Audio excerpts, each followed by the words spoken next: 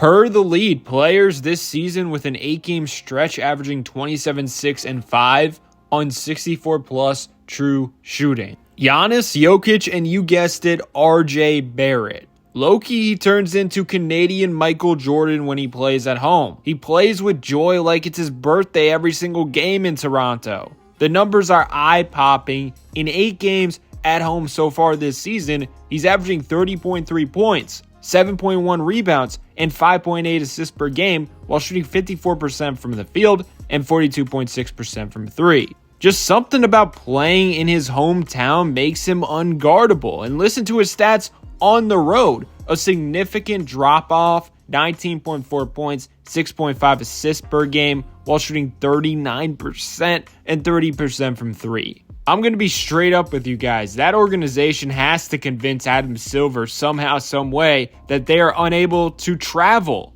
All games must be at their place because the Raptors this season are an above 500 team, 6-4 at home compared to 1-11 on the road. But going back to RJ, he has become one of the most underrated young players in the NBA. Remember, he's only 24 years old. NBA insiders from ESPN released an article on December 2nd titled Top Young Stars Under 25 Ranked by Future Potential.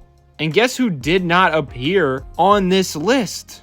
RJ Barrett. The disrespect is sizzling, considering he's been great ever since putting on a Raptors uniform. And get this, many Toronto fans are pushing the agenda that he should be considered as an all-star. And the numbers back that up. He's averaging 23.9 points, 6.5 rebounds, and 6.2 assists per game while shooting 46% from the field. One of his most impressive leaps this season is as a passer and decision maker. He's easily averaging a career high 6.2 assists per game. His previous high was 3.3 assists per game, which occurred last season. And ever since he has gotten to Toronto, he's been on an upward trend in this category. Last year, in 32 games with the Raptors, he was averaging just 7.1 potential assists per game, and so far this season, he's second on the team, only behind Scotty Barnes with 10.5 potential assists per game. But him being an elite player really stems from his slashing ability. He's an elite driver. His aggressiveness allows him to get downhill consistently. Combo that with his point guard-esque ball handling skills while being built like a forward, 6'6", while weighing in at 214 pounds. That's what he's listed at ESPN.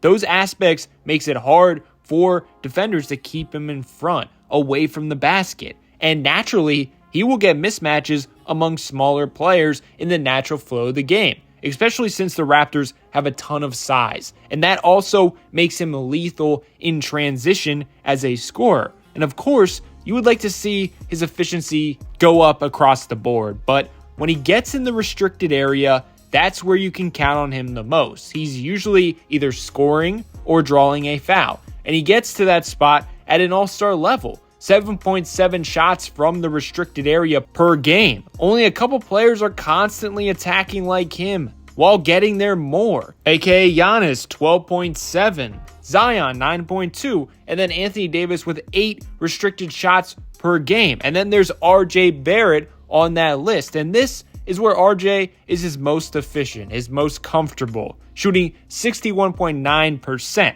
And last season, he shot 66% from this area as well. And like I said, he gets fouled pretty often too. 6.5 free throws attempted per game, which puts him at number 12 in the entire NBA. And that would be a career high if he keeps that up. If you look into him, one thing that consistently gets brought up is his work ethic. Knicks players, coaches have talked about it. Same with his coaches from Team Canada. He truly loves the game of basketball and wants to be great, which always is nice to hear and means there is always hope that he will continue to get better. He's not complacent, which is very easy to do considering the money they make. I mean, personally speaking, if I was making $25 million like him, I would start coasting through the motions. But you can see through the way he plays and his improvements, that's not the case. He wants to get better because he simply enjoys basketball, and by no means is he a perfect player. He can still get tunnel vision at times, force up bad shots,